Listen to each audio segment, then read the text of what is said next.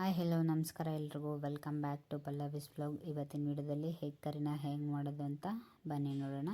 ಮೊದಲನೇದಾಗಿ ನಾನಿಲ್ಲಿ ಮೊಟ್ಟೆನ ಬೇಯೋದಕ್ಕೆ ಇಟ್ಟಿದ್ದೀನಿ. ಅದಾದಮೇಲೆ ಒಂದು ಮಿಕ್ಸಿ ಜಾರಿಗೆ ಟೊಮೊಟೊ, ಕಾಯಿ ಹಾಗೆ ನೆನೆಸಿಟ್ಟಿರೋ ಅಂಥ ಗೋಡಂಬಿನ ಹಾಕ್ಕೊಂಡು ರುಬ್ಕೋತಾ ಇದ್ದೀನಿ. ಈಗ ಒಂದು ಬಾಣಲೆ ಇಟ್ಕೊಂಡು ಅದಕ್ಕೆ ಸ್ವಲ್ಪ ಆಯಿಲ್ ಹಾಕ್ಕೊಂಡು ಚಿಲ್ಲಿ ಪೌಡರ್, ಸ್ವಲ್ಪ ಸಾಲ್ಟ್ ಹಾಕ್ಕೊಂಡು ಮೊಟ್ಟೆನ ಈಗ ಅದರೊಳಗೆ ಹಾಕಿ ಸ್ವಲ್ಪ ಫ್ರೈ ಮಾಡ್ಕೊತಾ ಇದ್ದೀನಿ. ಒಂದು 2 ನಿಮಿಷ ಎರಡು ಕಡೆನೂ ಫ್ರೈ ಮಾಡಿಕೊಂಡ್ರೆ ರೆಡಿ ಆಗುತ್ತೆ. ನಮಗೆ ಈ ಥರ ಫ್ರೈ ಮಾಡೋದು ಇಷ್ಟ ಇಲ್ಲ ಅಂದರೆ ನೀವು ಹಾಗೆ ಕೂಡ ಹಾಕೋಬೋದು. ಈ ಥರ ಎಲ್ಲದನ್ನು ಸೇರಿಸಿ ಫ್ರೈ ಮಾಡ್ಕೋತಾ ಇದ್ದೀನಿ. ಈ ಥರ ಫ್ರೈ ಮಾಡಿ ಹಾಕೋದ್ರಿಂದ ಸ್ವಲ್ಪ ಟೇಸ್ಟು ಚೆನ್ನಾಗಿರುತ್ತೆ. ನಿಮ್ಗೆ ಬೇಡ ಅಂದರೆ ಸ್ಕಿಪ್ ಮಾಡ್ಕೊಳ್ಳಿ.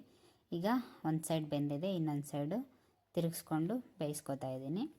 ಅದಾದಮೇಲೆ ನೋಡಿ ಈ ಥರ ಚೆನ್ನಾಗಿ ಫ್ರೈ ಆಗಿದೆ. ಈಗ ಅದನ್ನು ಸ್ವಲ್ಪ ಪಕ್ಕಕ್ಕೆ ತೆಗೆದಿಟ್ಕೋತಾ ಇದ್ದೀನಿ. ಈಗ ಅದೇ ಕಡಾಯಿಗೆ ಇನ್ನೂ ಸ್ವಲ್ಪ ಆಯಿಲ್ ಹಾಕ್ಕೊಂಡು ಅದಕ್ಕೆ ಸ್ವಲ್ಪ ಸೋಂಪು, 2 ಏಲಕ್ಕಿ, 1 ಪಲಾವ್ ಎಲೆನ ಹಾಕ್ಕೊಂಡು ಈಗ ಕಟ್ ಮಾಡಿ ಇಟ್ಕೊಂಡಿರೋಂಥ ಈರುಳ್ಳಿನ ಸೇರಿಸ್ಕೊತಾ ಇದ್ದೀನಿ. ಸೇರಿಸ್ಕೊಂಡು ಗೋಲ್ಡನ್ ಬ್ರೌನ್ ಆಗೋವರೆಗೂ ಅದನ್ನು ಚೆನ್ನಾಗಿ ಫ್ರೈ ಮಾಡ್ಕೋಬೇಕು.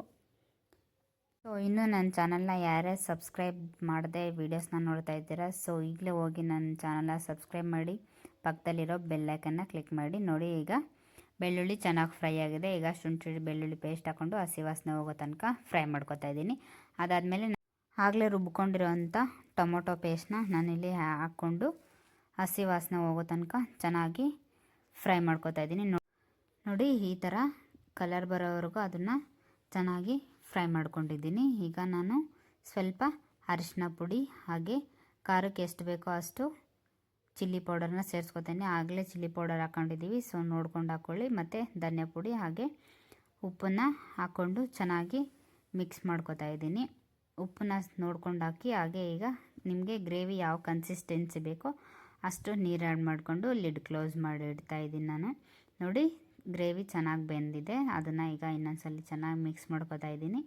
ಮಿಕ್ಸ್ ಮಾಡಿಕೊಂಡು ಆಗಲೇ ಫ್ರೈ ಮಾಡ್ಕೊಂಡಂಥ ಮೊಟ್ಟೆನ ನಾನಿಲ್ಲಿ ಸೇರಿಸ್ಕೊತಾ ಇದ್ದೀನಿ. ಇದನ್ನು ಸೌಟ್ ಇಟ್ಬಿಟ್ಟು ಜಾಸ್ತಿ ತಿರ್ಗ್ಸಕ್ಕೆ ಹೋಗಬೇಡಿ, ಮೊಟ್ಟೆ ಎಲ್ಲ ಒಡೆದೋಗುತ್ತೆ. ನೋಡಿಕೊಂಡು ಫ್ರೈ ಮಾಡ್ಕೊಳ್ಳಿ. ಈಗ ಕಟ್ ಮಾಡಿ ಇಟ್ಕೊಂಡಿರೋಂಥ ಕೊತ್ತಂಬರಿ ಸೊಪ್ಪನ್ನ ಹಾಕ್ಬಿಟ್ಟು ಒಂದು 2 ನಿಮಿಷ ಲಿಡ್ ಕ್ಲೋಸ್ ಮಾಡಿಬಿಟ್ಟಿದ್ದೆ.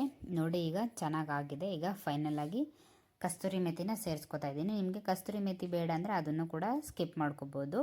ನೋಡಿ ಈಗ ಸಿಂಪಲ್ ಆಗಿರೋಂಥ ಹೆಗ್ ಕರಿ ರೆಡಿಯಾಗಿದೆ. ಇದನ್ನು ಚಪಾತಿ ಜೊತೆ, ಅನ್ನದ ಜೊತೆ ಹಾಗೆ ದೋಸೆ ಜೊತೆ ತಿಂದರೆ ಅಂತೂ ಸೂಪರಾಗಿರುತ್ತೆ. ಸೊ ಈ ರೆಸಿಪಿನ ಟ್ರೈ ಮಾಡಿ ಹೇಗೆ ಬಂದಿತ್ತು ಅಂತ ನನಗೆ ಕಾಮೆಂಟ್ ಸೆಕ್ಷನ್ನಲ್ಲಿ ತಿಳಿಸಿ.